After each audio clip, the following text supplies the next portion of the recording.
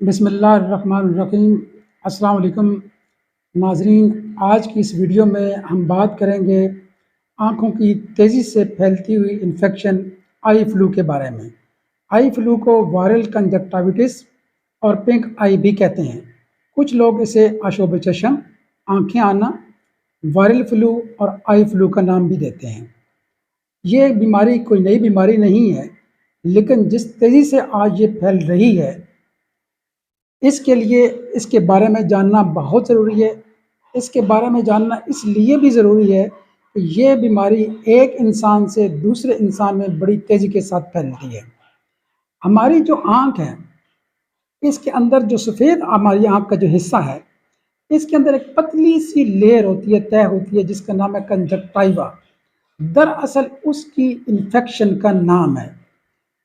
इसमें जो सबसे पहला सिम्पटम आता है, पहली अलामत आती है, वो है आँखों का सुर्ख होना, लाल होना या पिंक होना।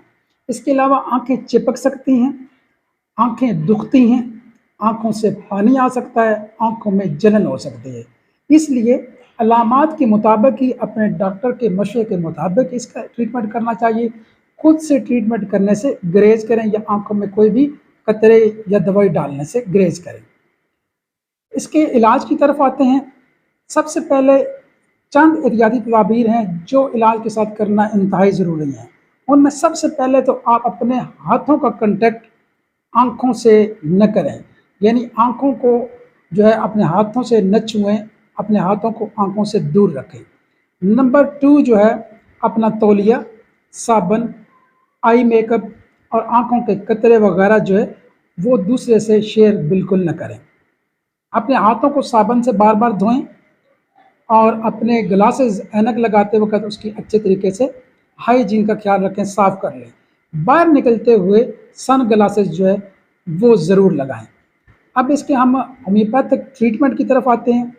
इसके जो कंजक्टिविटीज़ है, इसमें जो फाटक रेपर्टरी है, उसमें इसके तहत 7 अद्वियात दर्ज हैं, जिनमें से जो मौजूदा जो हमारी अलामात आ रही हैं, उनमें 4 रेमेडीज़ जो हैं, 4 ही अद्वियात काफ़ी हैं। उनमें पहली है रस्टॉक्सिडेंड्रोन, नंबर 2 है अर्जेंटम नाइट्रिकम, बेलाडोना और यूफ्रेजिया। जो रस्टॉक्सिडेंड्रोन है, जो लफ्ज़ रस है, इसका मतलब है रेड, और टॉक्सीडेंड्रोन, टॉक्सी है, डिराइव किया गया टॉक्सिकोरी से, जिसका मानी है पॉइजन, और डेंड्रॉन मीन ट्री। रस टॉक्स जो है ग्रेट एप्थाल्मिक रेमेडी है।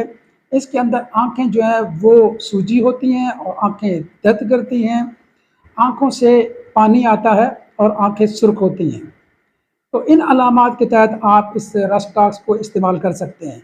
लेकिन ये याद रखिए कि बेलाडोना के अंदर भी आँखें सुर्ख होती हैं और सूजी हुई भी हो सकती हैं। लेकिन बेलाडोना और रस्टॉक्सिडेंड्रोन में जो डिफरेंशिएट है वो ये है कि जो बेलाडोना है, इसमें आँखें जो हैं वो खुश्क होती हैं, जबकि रस्टॉक्स में आँखों से पानी आ सकता है। और बेलाडोना में आँखों में जलन होती है और जो सूरज की धूप है, तपश, वो बर्दाश्त नहीं होती। अर्जेंटम नाइट्रिकम में भी आँखें सुर्ख होती हैं, आँखें चिपक सकती हैं। अगर आँखें चिपकी हों, स्पेशली जब आप सुबह उठते हों, जिनको कहते हैं गिड्डें आई हुई हैं या वो पानी से जो है वो मवाद से भरी हुई हैं, तो फिर ये जो है अर्जेंटम नाइट्रिकम जो है वो मेडिसिन इस्तेमाल होगी। नंबर 3 पे आता है यूफ्रेजिया। यूफ्रेजिया जो है, ये वर्ड आया है यूफ्रेशन से। इसका जो आँखों पर इस्तेमाल है, इस्तेमाल करने से जो आँखों से इफ़ेक्ट आता है, उसके अंदर रूह के अंदर एक बहुत खुशी, डिलाइट और गुड चीयर का एहसास होता है। तो ये बड़ी दिलचस्प बात है कि इसके इस्तेमाल करने से आपके अंदर हशाशत बशाशत भी आ जाती है, खुशी आ जाती है, उसकी लहर दौड़ जाती है।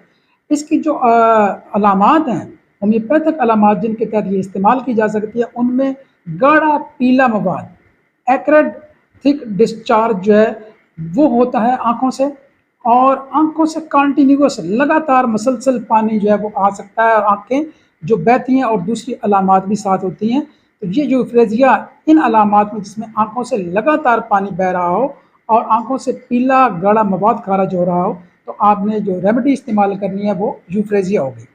इसके साथ आप अगर सुबह और शाम 11-11 मरतबा दुरूद पाक पढ़कर अपने हाथों पर थूक करके अपनी आँखों पर अगर फेर लेते हैं, तो अल्लाह रब्बुल इज़्ज़त से कभी उम्मीद है कि आप इंशाल्लाह इससे हिफाजत में रहेंगे, आपकी आंखें जो हैं वो दुखेंगी नहीं है, आंखों की बीमारी से आप महफूज रहेंगे। अगली वीडियो तक के लिए नाजरीन आपसे इजाज़त चाहता हूँ। अगर आपको वीडियो पसंद आई है तो इसको अपने तक महदूद न रखें, इस नॉलेज को जो है दूसरों का शेयर करें, चैनल को सब्सक्राइब कर लें और बेल आइकन को भी प्रेस कर लें।